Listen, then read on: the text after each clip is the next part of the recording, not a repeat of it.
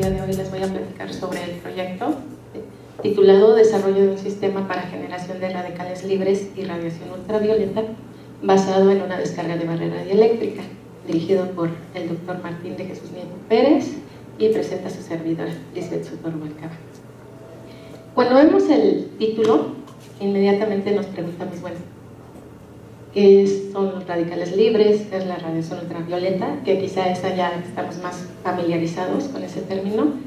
¿Qué es una descarga de barrera dieléctrica?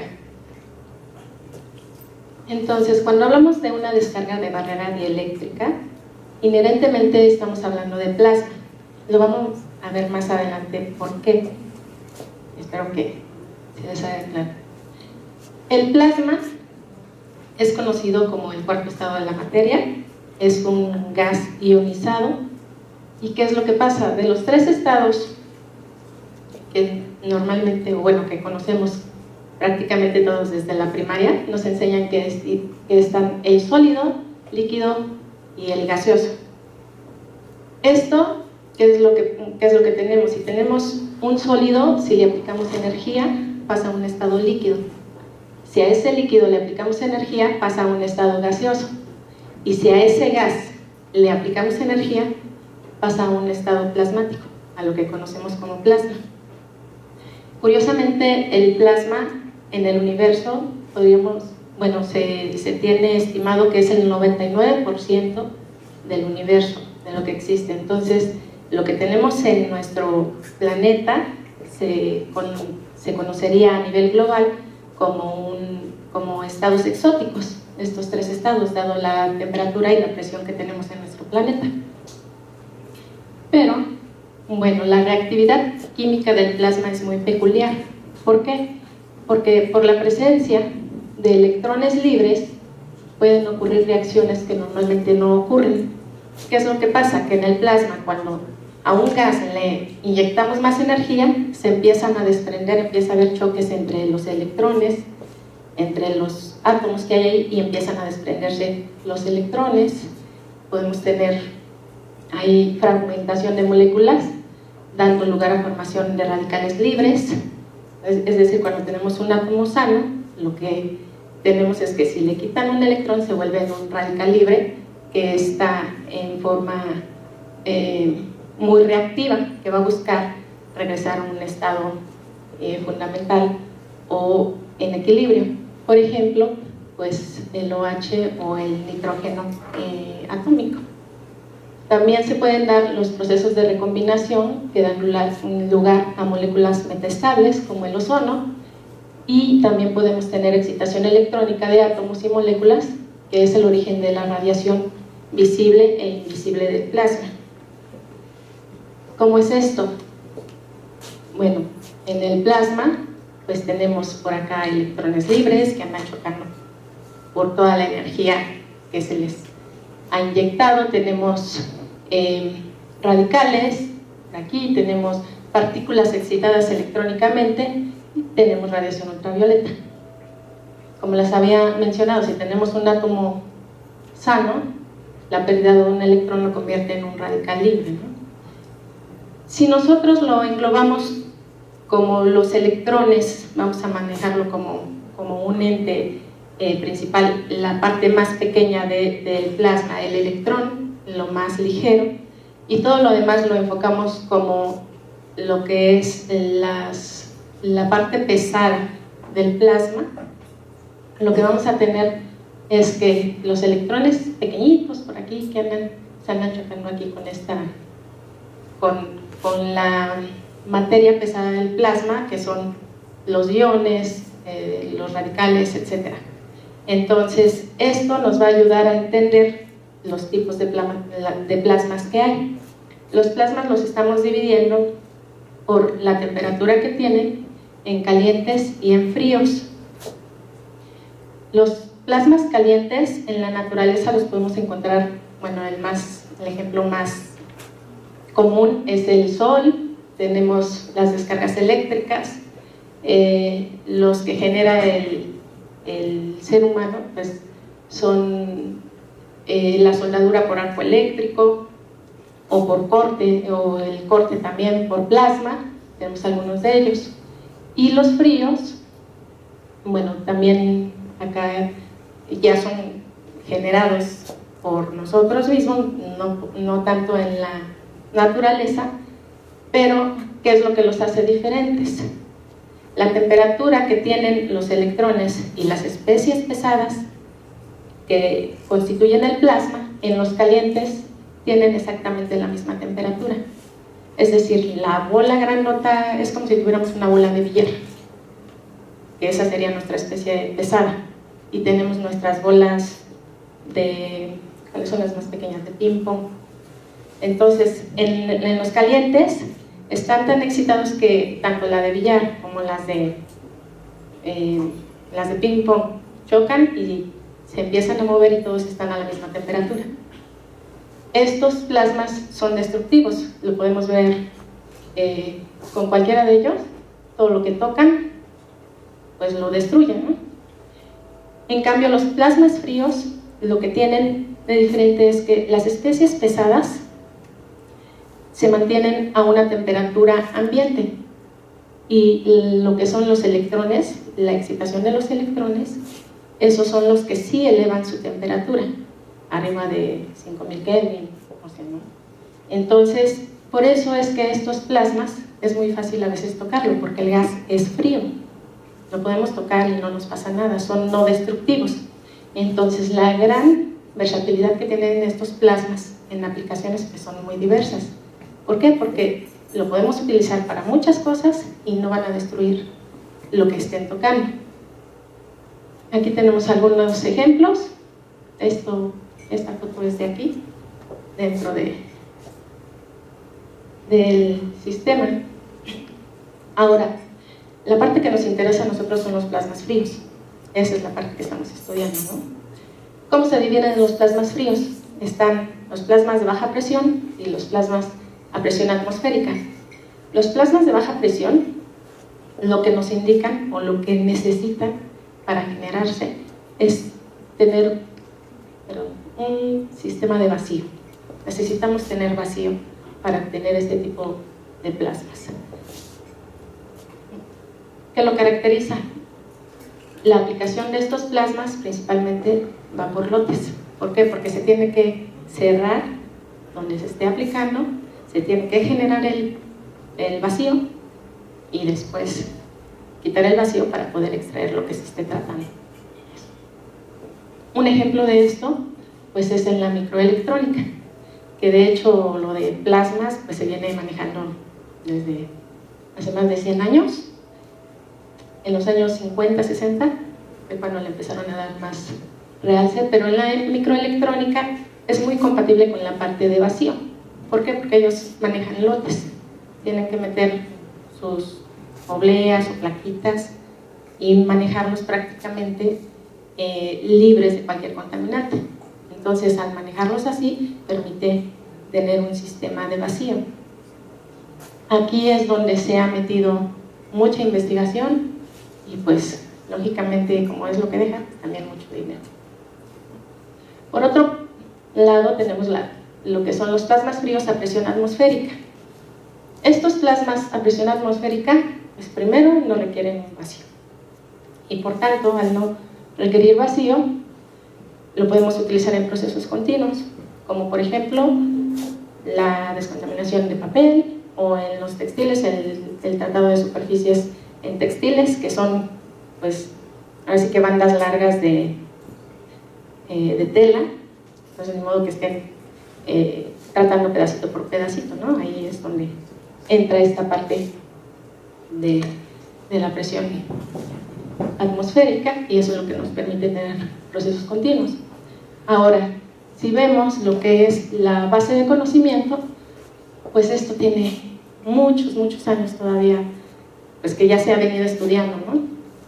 Y esto, pues, podría decirse que está en pañales. Apenas vamos entrando a ese tema. Entonces, hablando de base de conocimiento, pues la parte de plasmas a baja presión, pues tiene mucho mayor base de conocimiento que lo que es la parte de base de conocimiento de los plasmas fríos. Ahora, las áreas de aplicación de todos los plasmas de los plasmas fríos, sobre todo, pues es muy diversa. Podemos ver que tenemos en biomédica, en automóvil, en microelectrónica, como ya había mencionado el ejemplo, tratamiento de gases residuales, la industria papelera, textiles, óptica, aeroespacial, etc. ¿Cuáles son las ventajas del tratamiento de superficies con plasma? Pues primero, como les había mencionado, no son destructivos. El tratamiento superficial sin alteraciones al resto del material. Nada más su modificación es superficial. Entonces, eso nos permite tener funcionalización de superficies, modificación de las propiedades de interfase. Otra de sus ventajas es que la inyección es de origen eléctrico, la inyección de energía es de origen eléctrico. Entonces, eso nos permite tener una mayor eficiencia y una compatibilidad con energía renovable. Es un campo por investigar muy bueno, ¿no? Otra, pues es la presión de operación igual a la atmosférica. Eso lo que nos traduce es en bajos costos, ¿no? La reducción de costos, porque no necesitamos sistemas de vacíos que son muy caros, y bueno, el tratamiento puede ser de piezas grandes, no tan pequeñas, y bueno, los procesos continuos. Ahora, para la generación de plasmas fríos existen diversas técnicas. De las más utilizadas es la descarga de barrera dieléctrica y las descargas de coronas. La descarga de corona hace varios años se ocupaba bastante, pero tiene la desventaja que es poco homogénea. Entonces, en los últimos años se viene prefiriendo esta parte de descarga de barrera dieléctrica. Es la parte a la cual nos vamos a enfocar, que es la que nos interesa. Estas descargas de barrera dieléctrica se generan de dos maneras. Puede ser configuración coplanar, que lo que tenemos son dos electrodos a los cuales se les aplica un alto voltaje y en medio tenemos un dieléctrico. Y también puede ser en configuración coaxial. También tenemos nuestra alimentación de alto voltaje, nuestros electrodos, uno al centro y uno exterior, y nuestro dieléctrico, que puede ser aquí, esta parte puede ser un cristal, cuarzo, etc. Más adelante vamos a ver claramente. Una vez que vimos un poco de lo que son los conceptos básicos para entender este proyecto, pues nuestro objetivo del proyecto es caracterizar el plasma en reactores de barrera dieléctrica, de descarga de barrera dieléctrica, en configuración coaxial y coplanar para mezclas de argón, xenón, vapor de agua y aire. Para lograr este objetivo general, nos vamos a apoyar de lo que son nuestros objetivos específicos. El primero fue diseñar y construir una fuente apropiada para el escalamiento de los reactores de descarga de barrera dieléctrica, diseñar y construir un prototipo de placas, es decir, en configuración coplanar, a operarse con gas estancado, identificar las especies químicas resultantes a la salida del reactor, así como la emisión de radiación electromagnética, y establecer la correlación existente entre las especies generadas y los parámetros de operación del reactor. Si tenemos esto, bueno, ¿qué necesitamos para lograr eso? Bueno, necesitamos nuestra fuente de alimentación. Ahorita vamos a ver cada uno de ellos a detalle. Necesitamos el reactor de plasma, necesitamos la alimentación de gases, y una vez que ponemos a funcionar este reactor con el gas y con el voltaje, entonces tendremos un sistema de diagnóstico para ver los espectros que se están generando en el plasma.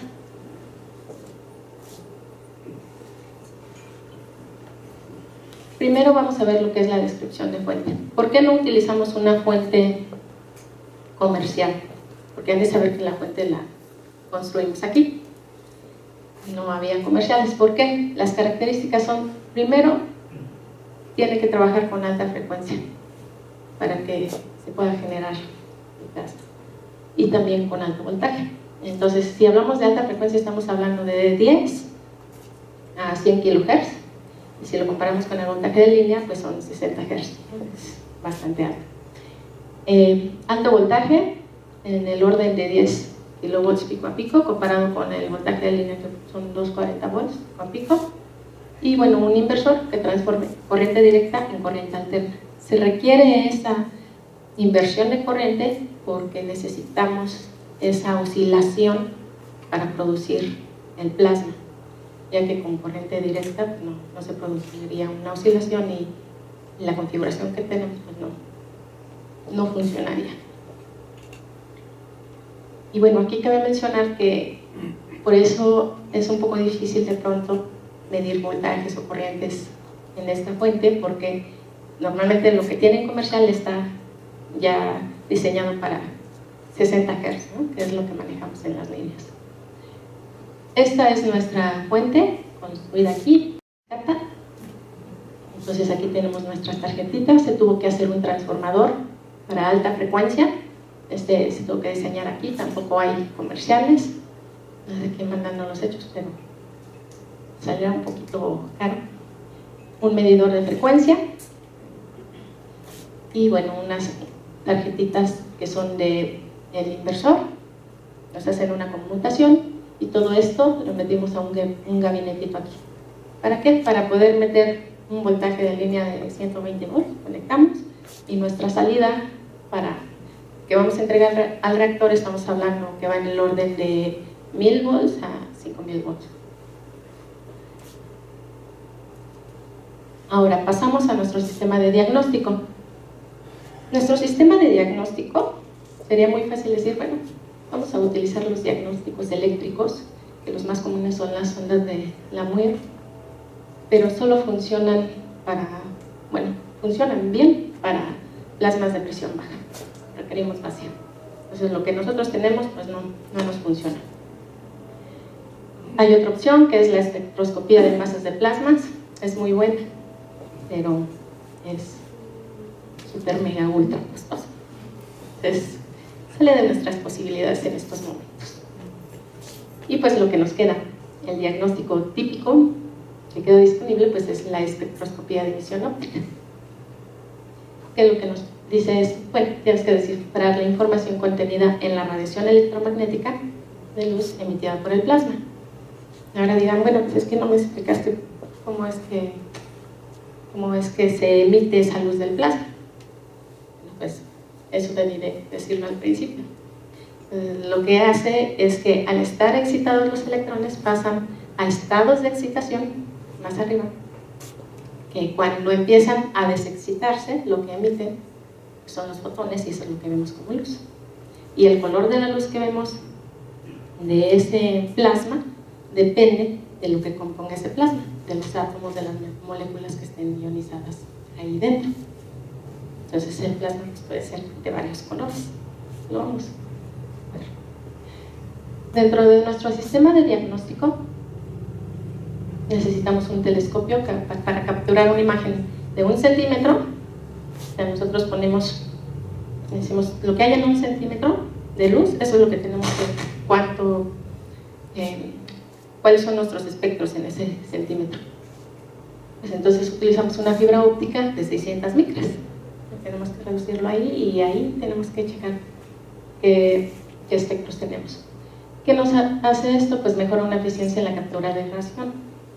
Esto podría decir que es Made in Cicata, pero no totalmente, porque en realidad se seleccionaron los componentes, se pidieron, y lo que se hizo simplemente fue aquí ensamblar.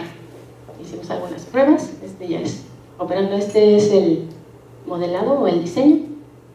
Más bien, no es modelado, es diseño. Este es el diseño y este es el montaje.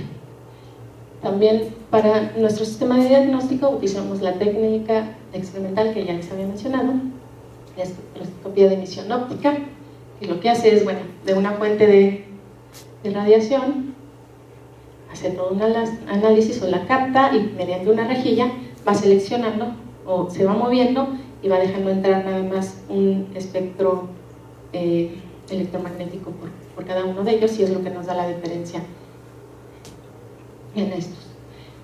Nuestro reactor Tenemos el coaxial, ese ya estaba, cuando yo llegué aquí ya estaba. El coplanar, que es uno de nuestros objetivos particulares, se realizó aquí, este es el diseño, este es el acoplamiento, incluso por ahí está el telescopio, y este es el sistema ya ensamblado, con el coaxial y con el coplanar. Esta es la operación del reactor, y una vez que tenemos todo, lo pusimos a operar. Este es el coaxial, así se ve que tenemos por Arcon. Aquí es el jet, que es otro tipo de coaxial, pero con salida a pluma. Y este es el coplanar. Nuestros resultados preliminares, bueno, aquí tenemos una medición de los espectros. Este es argón puro.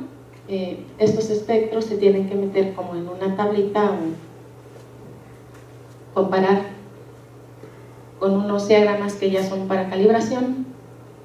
Podemos ver aquí que los picos más altos del argón pues están en el rango de 1200 a 1400. Desafortunadamente el equipo que tenemos no opera en esos rangos.